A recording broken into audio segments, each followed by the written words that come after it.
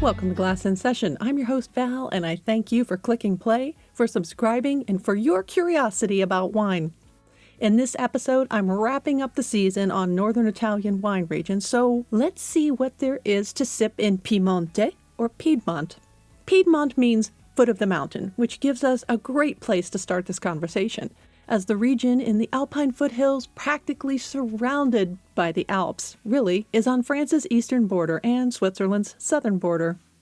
It is south of the Aosta Valley, covered in the last episode, linked, west of Lombardia, also covered recently, also linked, and just south of Piemonte is the strip of coastal gorgeousness of the Liguria wine region, which we'll get to next season. As for the region as a whole, it's massive, as in a major chunk of northwestern Italy. It's all Piemonte. So to give you an idea, wine-wise, of how large of a subject this is to tackle, I'll start by telling you there are 19, count them, 19 DOCG classifications at the top of the wine quality pyramid. No other wine region in Italy has that many DOCGs, and there are 41 DOCs from nearly 42,000 hectares of vines, and I know you don't want me to go through all of these 50-plus appellations, so I don't plan to. Therefore, here's how we're going to eat this elephant. Not one bite at a time, but one grape at a time. In other words, instead of doing the usual thing where we would cover the biggies like, Barolo and Barbaresco, both made with Nebbiolo, or maybe the wines of Barbera and Dolcetto, I'm going to shake things up and talk about the white wines of Piemonte because I think Barolo and Barbaresco warrant their own episodes, and I would do a separate episode on Barbera and Dolcetto if I may. So, since it's summer, we're going to hang out in white wine territory, save the reds for another day. And seeing as I've already done an episode on Asti DOCG, a sparkling white wine, I will link that up because it's a very important part of Piemonte's wine, culture, and history. And I know, no need to thank me for not going through these dozens of DOCs and DOCGs and sparing you a roughshod tour through Piemonte. That would, of course, just hit the highlights, many of which we are already possibly familiar. So today I invite you to sit back, pour yourself a glass, unless you're driving, of course, and we will hit up a little history first, and then we will check out the great white wines of Piemonte. Although vines were grown in the region since the time of the Celtic and the Ligurian tribes, followed by the Taurans, it wouldn't be until the 6th century BCE when the Romans would stomp on into the region and do what they do. They grow vines, they make it better, and they would expand Piemonte. Remember, this part of northern Italy during this time was part of Cisalpine Gaul. I mentioned it in a previous episode, but Gaul at the time was France, some of Italy, Germany, and Belgium. So the Transalpine passes between the various provinces were key trade routes, very important to Gallo-Romans at the time as well. And much like other wine regions, Julius Caesar's fingerprints are all over this region's history as well. The capital city of Piemonte today, Turin, or Torino, was built because Julius Caesar ordered it so back in the day, and it was called Julia Augusta Taurinorum. This expansion would be continued by, you guessed it, the church for hundreds of years, all the way into the Middle Ages, or some would say the High Middle Ages, and it was about this time that the black grape Nebbiolo started showing itself. And it wouldn't be popular until the 1800s, but again, we do have the Nebbiolo to thank for the popularity of the region, but the region isn't all about the Nebbiolo, so where was I? It was the monks, that's right, the monks. They would lead the way in the early demarcation of the different wine regions within Piemonte, such as the Roero, the Langhe, the Monferrato, and this area is actually a UNESCO World Heritage Site, the vineyard region. Also in this part of Italy, it wasn't the Lombards or the Franks that would lay feudal claim on this part of Italy, but the very powerful dynasty, very strong, very powerful, otherwise known as the House of Savoy. And oh, by the way, they weren't even from Piemonte, but they ruled by the 1400s, and they would pretty much rule the French region of Savoie across the Alps, as well as Piemonte by 1700. In the early 1800s, much of the wine in Piemonte was, again, as in most wine regions throughout European history, sweet. This was for several reasons, and I know we've talked about this before. If you're a new listener, I'm going to rehash just a little bit, because sweet wine back then was just kind of a thing for several reasons. One, it better endured rough sea travel, and since a lot of this wine was exported, the sweet wine was drinkable, let's just say, as it arrived. Also, fermentation science wasn't exactly a science yet. So what happened back then in the teens, the weather would get cold and all those wines in progress of fermenting as the yeast would chow down on the sugar, well, they would kind of lay dormant because the yeast don't exactly enjoy chowing down on all those fermentable sugars when it's cold. They go dormant. That leaves the wine sweet. And if you remember the champagne episode, we talked about how the bottles would explode because in the springtime, the yeast would wake up and start fermenting and all that CO2 would build up and bottles would explode. Or evil spirits were making it happen, whatever you believed at the time. Meanwhile, in the mid to late 1800s in this part of Italy, there were at least 3 attempts to unite all of Italy as an independent country, and this was the region, Piemonte, leading those uprisings. The early stages of the unification of Italy in 1861, having wrenched itself from Napoleonic rule, saw one-age Victor Emmanuel emerge as their first king. This was a very, very busy time historically in Piemonte, or Piedmont, being the seat of Italy's reunification efforts, but it's also where wine is concerned, because that Nebbiolo grape I mentioned earlier was what Quattro Calicci called a protagonist of the winemaking renaissance in Piedmont, more specifically the famed Barolo. And just as other wine regions were seeing an influx of French enologists during the 1800s, so it was in Piemonte. In this case, it was Louis Oudard, when the Marchesa de Barolo, who is making wine in her cellar, asked Oudard to help her hey, up the quality of my wines. Can you help me out here? The result was remarkable. So you pair her efforts in the 1800s, along with those of the Count of Cavour, Camillo Benso, who helped jumpstart Barolo's rise to fame by converting and devoting his own estate cellars to the Barolo cause. As Barolo is climbing the charts and opening doors for other wines of Piemonte, Alba's School of Enology was studying the wines of Barbaresco, also made with Nebbiolo. Recognizing the neighboring wine's potential for excellent wines was also very important to the history of Piemonte as a wine region, as a whole. And as I mentioned in the Asti episode, the Ganji brothers were in nearby Asti working out their history-making fermentation methods, in this case, the Asti method, very unique to Asti, with the help of enologist Arnoldo Strucchi. I talk a lot about Strucchi in that episode because he was also busy writing Italy's first classic method or metodo classico production rules. By the late 1800s, some of the first machines to produce sparkling wine in Asti were introduced, also with the technical assistance of Signor Strucchi, and including the autoclave, a metal tank used for fermenting greater quantities of wine, thereby increasing production. All that happened in Piemonte.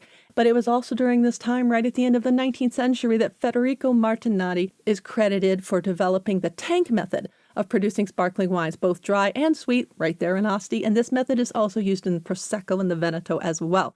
Crazy how much was going on in the wine world in the 1800s, especially right here in Piemonte, only to have it come to a screeching halt with phylloxera in the late 1800s, as well as a major migration to America of a lot of agricultural workers. In fact, that's when my great-grandfather came over too, only he was from the South, but come to think of it, in the late 1860s. I believe he came over in 1869.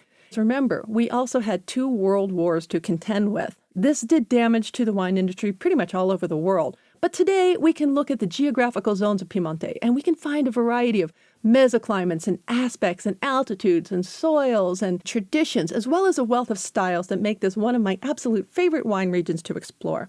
So let's get into the wines. The white wines of Piemonte comprise about 46% of production. Overall, 43% of the vineyards in Piemonte are on mountains, 30% on hillside, and 27% in the flatland valley type areas.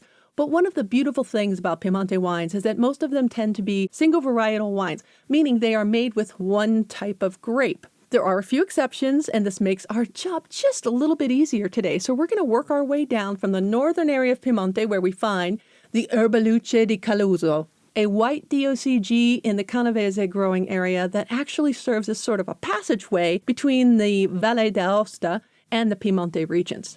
The Erbaluce grape? Oh, hell. Let's cork-dork this out with a little grape gab, shall we?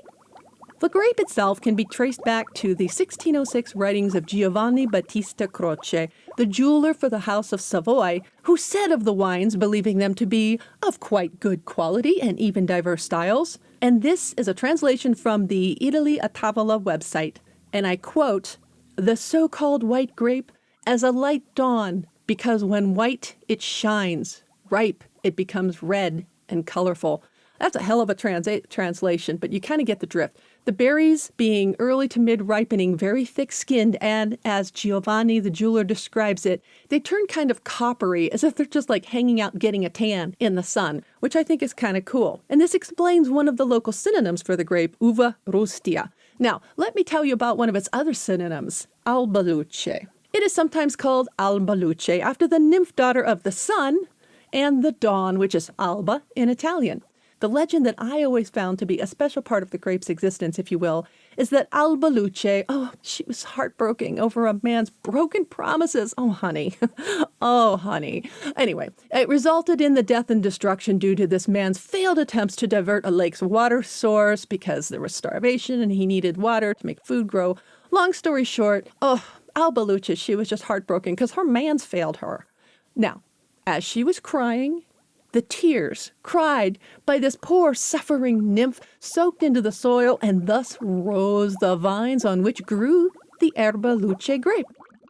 Say it with me. Aw. As for the parentage, still pretty foggy. And don't ask ChatGPT about it because it will tell you that it is a cross between Chardonnay and Moscato, until you ask it for specific DNA research evidence and sources, in which case it will admit that it's wrong, as specific parentage research available at this time is very, very limited. It's not really commonly studied, and that it is most likely an autochthonous grape to Piemonte, possibly related to another obscure white autochthonous grape in Piemonte. I don't know about you, but I love having arguments with ChatGPT. It's happened 3 times now where I've asked it for some information, and it's given me some information, and I asked it to prove the information to go, oh, sorry, I made a mistake.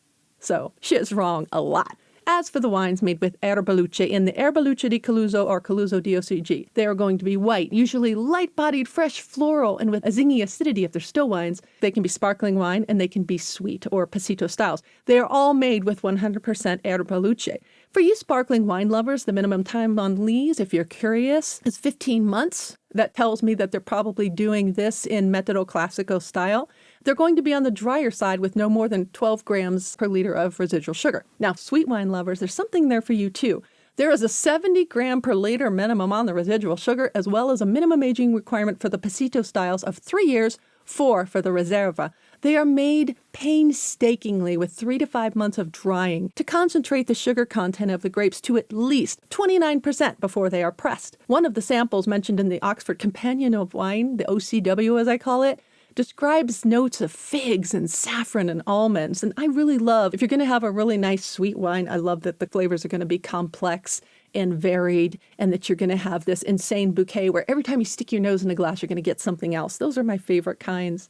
Now, Coluso has only been a DOCG since 2010, and I say only because the last time I memorized all the DOCGs of Piemonte in alphabetical order, because that was my idea of a good time, there were only 12 DOCGs, and that was in 2010. Before 2010, it was DOC. Coluso was a DOC since 1967.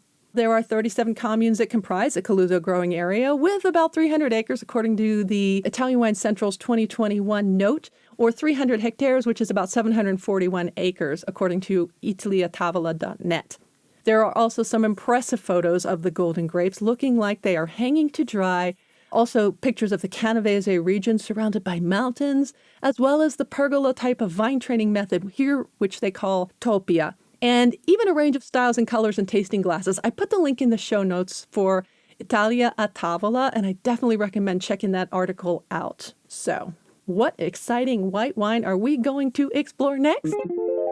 We're south of the Po, yo, meaning the Po River. I've talked about the Po River Valley before. It runs through Turin. It's Italy's longest river, if I'm not mistaken. But it's the same Po known for trade and culture and viticulture, moderating effects in soils and irrigation for many of the regions, and very important to viticulture in this area.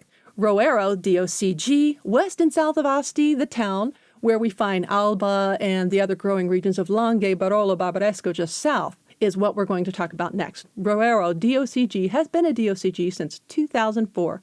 The white wines, still and sparkling, dry to sweet, are produced with at least 95% Arneas. Are what? Arneas, another white grape. So I guess this brings us to, shall we? Oh, I think we shall.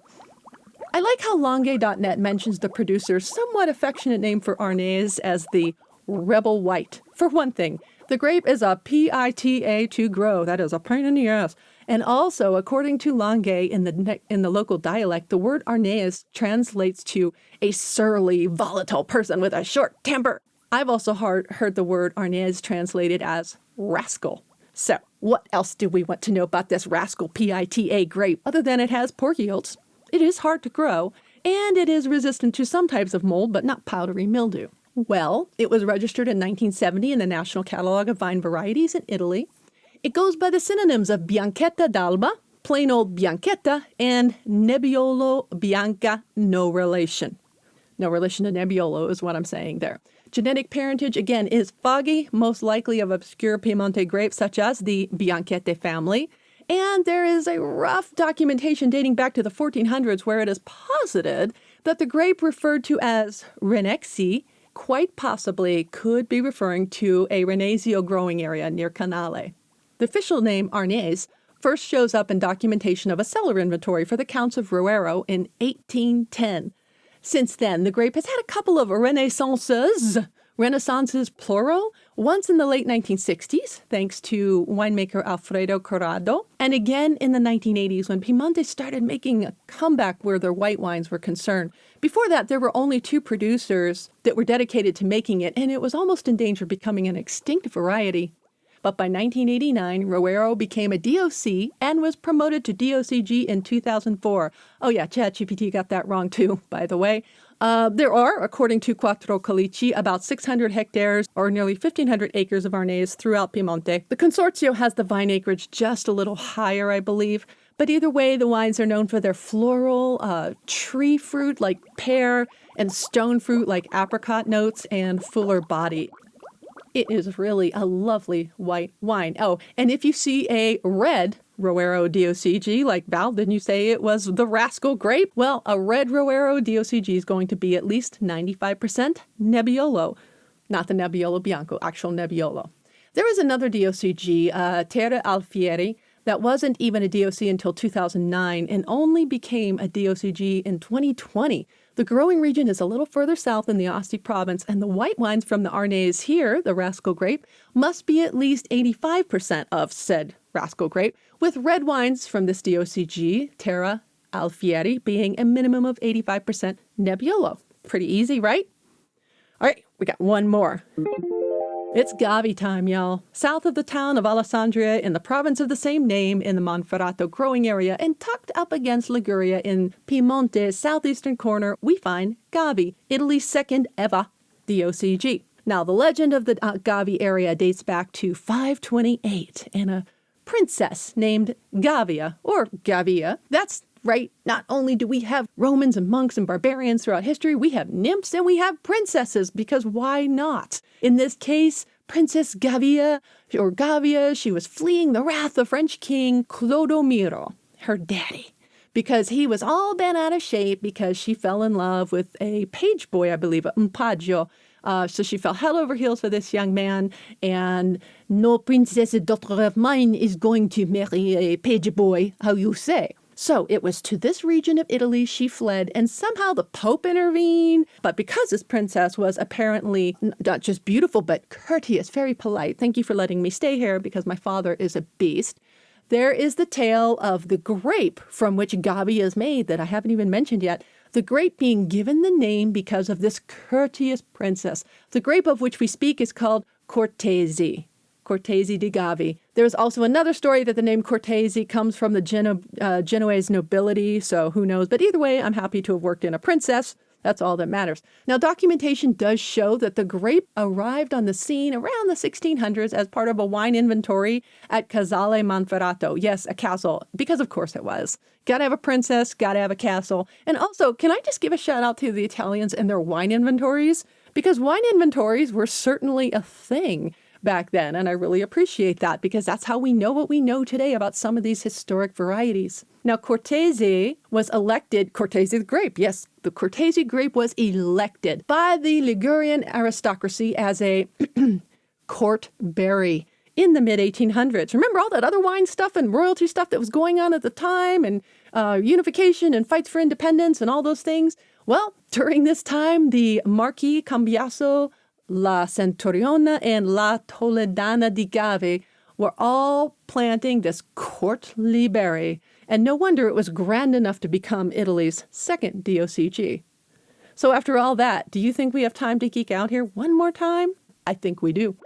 A DOC since 1974, Gavi DOCG, or Cortese di Gavi DOCG since 1998, currently produces still and sparkling wines, both with 100% Cortese. This is another one of those white grapes that takes on a sun-roasted golden color on the vine. So all the berries that are exposed to sun are going to have a nice golden color, like they've been out there sunning themselves. But it'll still be kind of yellow underneath where the sun isn't hitting it. But it grows vigorously, again, very strong, very powerful. But it doesn't do well with mildew or gray mold, for that matter.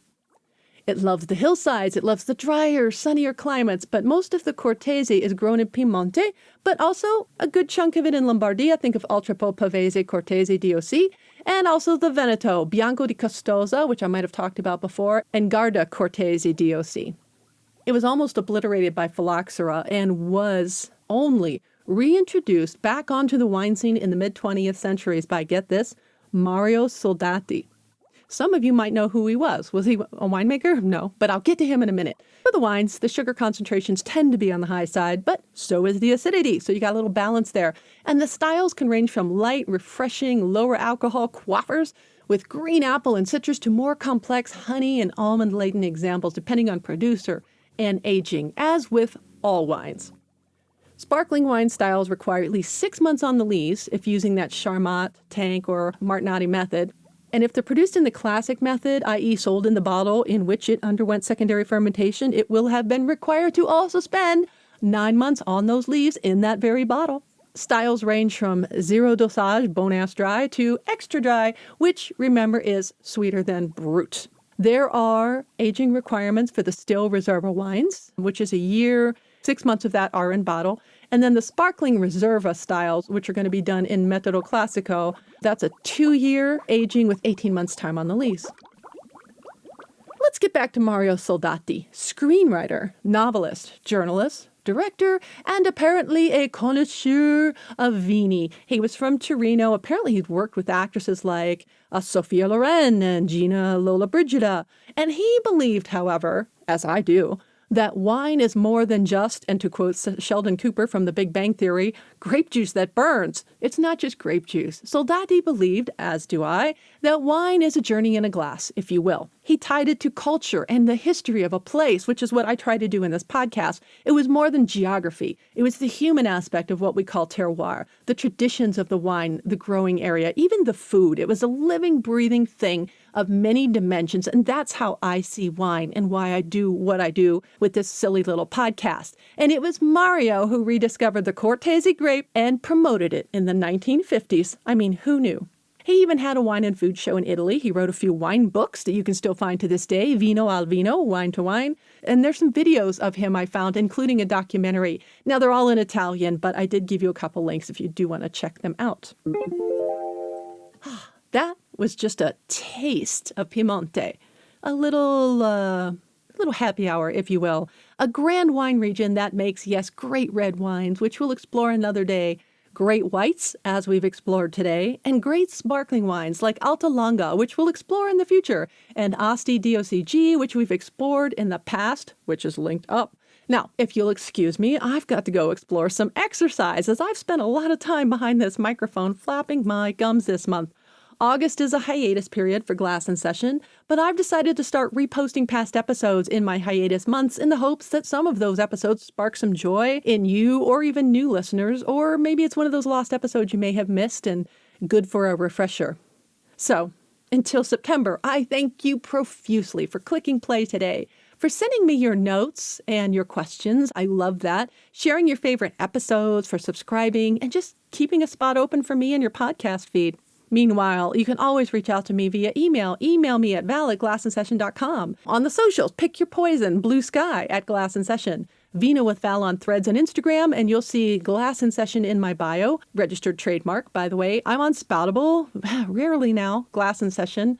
And Vino with Val on Pinterest, very, very rarely. And on Facebook /Glass in Session a couple times a month. Connect with me on LinkedIn. I'm probably there a little bit more often. Valerie Caruso, DWS, CWE, FWS, letters, numbers, wine stuff, and audiobook narrator. Which reminds me, you can find this podcast and the latest audiobooks I've narrated on Audible. I will also mention that there is Glass in Session and podcast swag in my TeePublic store, linked way at the bottom of the show notes and on my website. And this week, I'm not reading ads telling you about my new favorite bra, or my socks, or even trying to push skincare. Therefore, scoring yourself a little bit of swag is a small way to support the Winecast. I've also chosen not to litter the episode with obnoxious, loud, poorly recorded ads that could interrupt a Cork Dorkalicious moment. So yes, there is Cork Dorkalicious swag on my TeePublic website. That said, I may add on some end roll spots in the future to help fund the hosting of the show. We'll see, and we'll see you in September. Glass in Session is a production and registered trademark of Vino With Val, LLC. Music is Write Your Story by Joystock. Website is glassinsession.com/podcast.